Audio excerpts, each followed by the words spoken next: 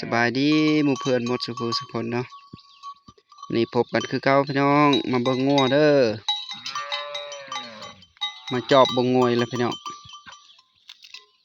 เดือนหนึ่งเนาะเดือนหนึ่งเต็มบ่ได้ออกไปเบิ่งมันพี่น้องตุยจะคือเก่าอยู่เนาะนี่มาจอบเบิ่งยังมาบ่ครบพี่น้องยัง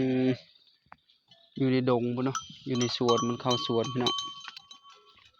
ยังอยู่ในดงในทันได้มาเบิดเถิกจ่าฟูงก็ยังบ่มาเนาะเถิกใหญ่เนาะเอิ้นมาบ่มาบ่ได้เอาเกลือให้มันกินนี่พี่น้องเกลือเบิดแล้ว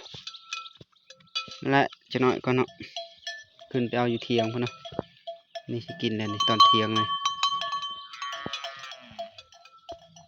โอ้โอ้โอ้โอ้โอ้โอ้โอ้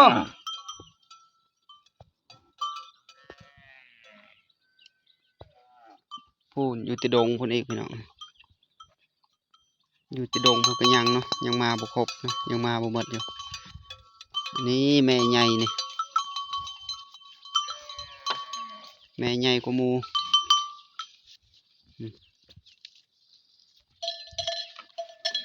ลูก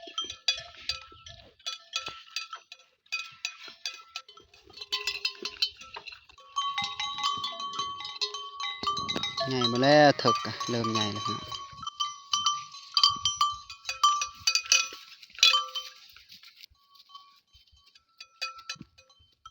ยังมาบ่หมดยัง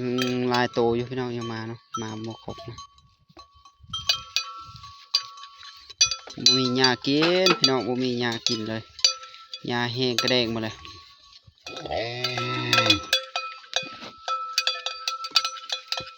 หญ้าแห้งหมดแล้วพี่น้องบ่คือยามเดือน6เดือน7เนาะ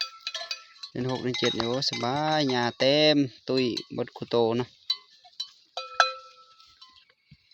อันนี้หญ้ามันเบิดเนาะหญ้าแห้งหอดยามแห้งยามเดือน4เดือน5เนาะพี่น้องเนาะหญ้ามันก็บ่หลายยังมาบ่ครบอยู่แต่ดงพุ่นพี่น้องดนบ่ได้ออกไปหามันเนาะเข้าไปอยู่ดง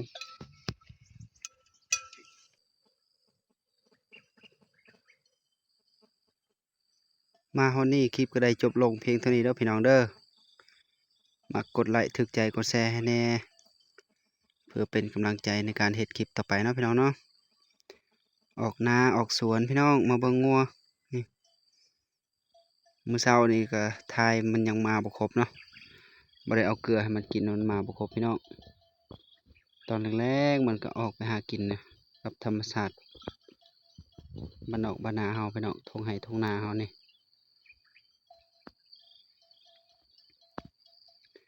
อาชีพเกษตรกรเฮาพี่น้องคลิปก็ได้จบลงเพียงเท่านี้เนาะพี่น้องเด้อขอบใจหลายๆเนาะบ๊ายบายพบกันในคลิปต่อไปเนาะมื้ออื่นสิถ่ายงัวให้เบิ่งเนาะเอาให้มันครบหมดคุโตเนาะขอบใจหลายๆบ๊ายบายพบกันคลิปต่อไปมื้ออื่นเนาะบ๊ายบาย